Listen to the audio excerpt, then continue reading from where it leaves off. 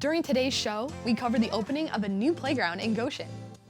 A building at Goshen College finished renovations.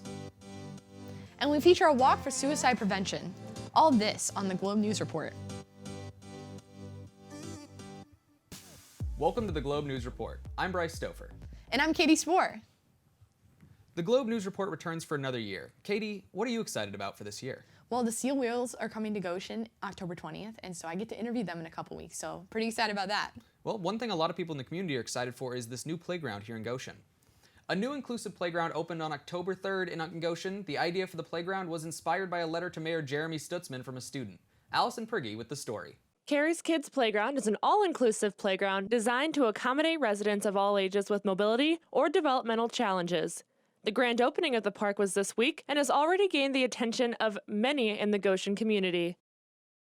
At the grand opening, we had the chance to meet with Mayor Jeremy Stutzman and some of the local kids in the Goshen community. So when I first came in office, I wanted to make sure that we were doing everything we could in our Parks Department so that everyone had a place to play. As we started that conversation, we received a letter from a local high school student named Laura Elliott, and she was really encouraging the city to build an inclusive park that would be for all abilities, everyone. And so when we got that letter, that's when we got really serious about this. That single letter turned into $1 million park, that's pretty cool. Some of the kids from the local Goshen schools were able to stop by for the grand opening. Hey Seth, can you tell us what you think of the park? It's kind of cool. It's kind of cool? Yeah. You having fun? Yeah. Aiden, can you tell us what you think of the park? I think it allows kids in wheelchairs and disabilities to be able to feel the same thing that we do, and that they can have fun along with us.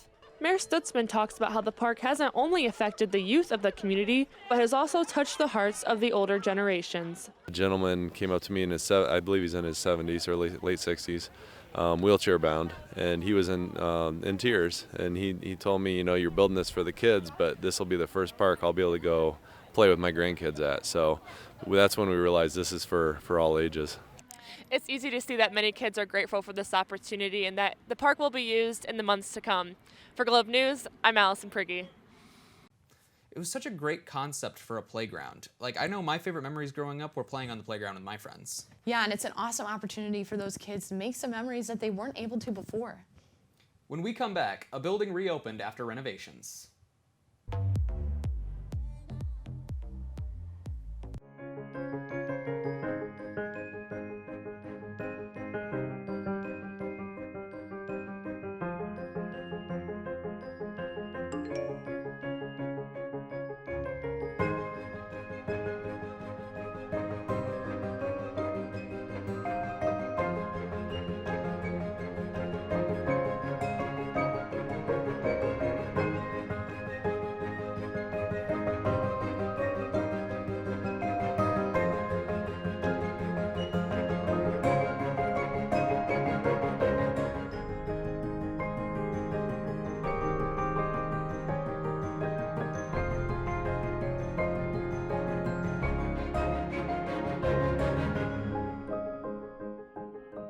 It's tomorrow, right?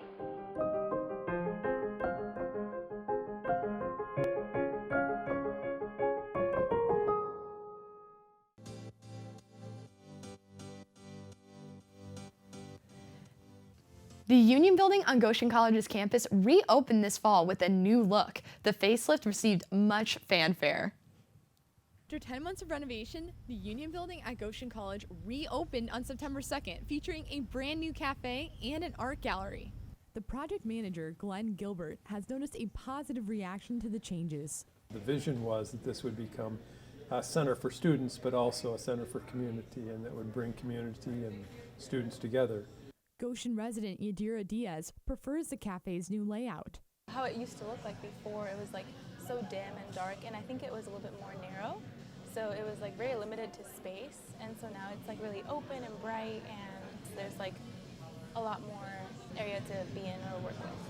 Another community member, Beth Miller-Craybill, likes that the art gallery and cafe are in close proximity. The art is really appealing, but to be able to come in and get a cup of coffee, get something simple for lunch, I would see people who work in the area, this would be a great place to come and just get something quick. The resident director and executive chef, Jeremy Corson, wants the remodel to attract the community and then some.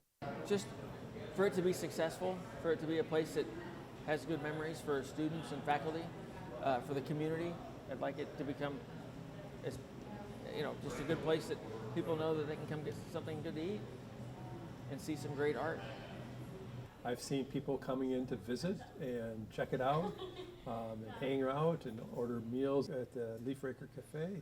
So I'm thinking it likely will do what we were hoping it would do, bring community and college together. For more information on their hours, visit goshen.edu/AVI. For Globe News, I'm Katie Spohr. Bryce, do you have a favorite part of the new renovations? I do. There's this one painting of two dogs getting married. I don't know what about it, but it just fascinates me. What's your favorite part? My favorite part is probably the smoked beef brisket combo. I think it's awesome. They have like smoked meat there. It's just kind of unique to our campus now. Coming up next, a Michiana walk that raises awareness for suicide prevention on the Globe News Report.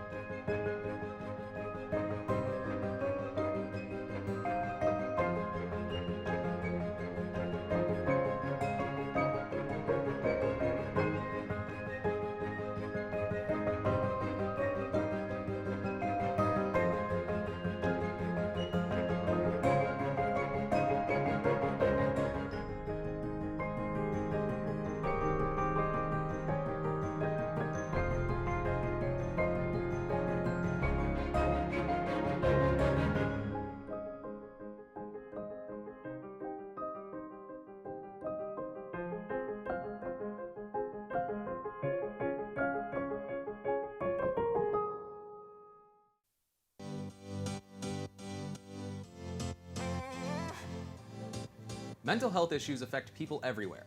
The local chapter of American Foundation for Suicide Prevention held an event in September to raise awareness.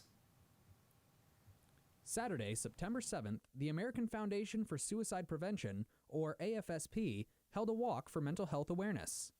The organizer of the walk, Stephen Gray, explained why he started the Out of the Darkness walk. About a year ago, my friend unfortunately died by suicide, and that's what really got the ball rolling for this walk. The walk, which took place at Oxbow Park in Dunlap, brought in many people wishing to show their support for mental health awareness and suicide prevention. It helps you look for places that can help you.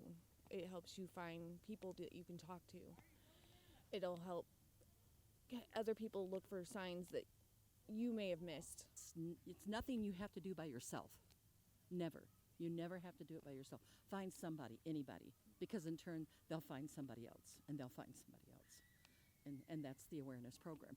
The walk brought in over $9,400 for AFSP, which will be used to help local schools create programs for mental health awareness and suicide prevention. Stephen Gray spoke about other projects being undertaken by AFSP. The American Foundation for Suicide Prevention has a project called Project 2025 that is to reduce the suicide rate by 20% by the year 2025. For Globe News, I'm Bryce Stouffer. If you or a loved one are having thoughts of suicide, you can call the 24-hour National Suicide Prevention Hotline at 1-800-273-8255. When we return, we look at vaping next on Globe News Report.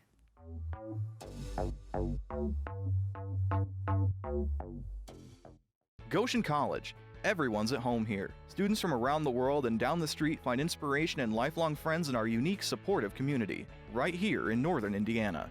Cutting-edge academics, real-world learning, and small, personalized classes make the difference, all surrounded by world-class culture and championship sports.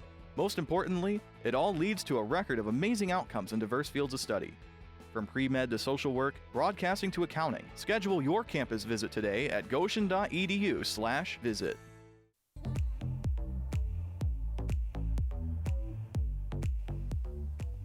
After a death in Indiana, many people in the area are starting to consider vaping as a threat. Globe News looked into these concerns. A new reform could be coming to Elkhart County that may add anti-vaping programs to county school systems. Dr. Lydia Mertz, Elkhart County Health Officer, explained why this reform is urgent. We've seen such an increase in high school students vaping, and because we've had this outbreak of very serious lung illnesses with deaths. And we've had over 30 confirmed cases just in Indiana of people who have gotten seriously ill, requiring hospitalization. Dr. Mertz spoke of the dangerous misconceptions around vaping. Some people still believe that e-cigarettes are safer than traditional cigarettes, but we don't have any evidence of that at all. And certainly this breakout that we're having now of people who are acutely ill after vaping, I think that shows that we need to be studying these e-cigarettes more. Vaping hasn't been around that long. It hasn't been around very long at all. And it's not just nicotine that's in that electronic cigarette, it's nicotine mixed up with some other fluid that allows it to become vaped. Well, nobody really knows what those fluids are except for the companies, and they say it's proprietary information. They have not studied the health effects of that. Dr. Mertz said part of the problem with vaping products is that it's not FDA regulated. That was really something that flew under the radar of the FDA, and they did not get involved in that. Only now is Congress asking FDA to get involved, and only now are they saying, well, yes, I guess we should be looking at that. Globe News attempted to contact a local proprietor who denied to comment, but cited this study done by Public Health England.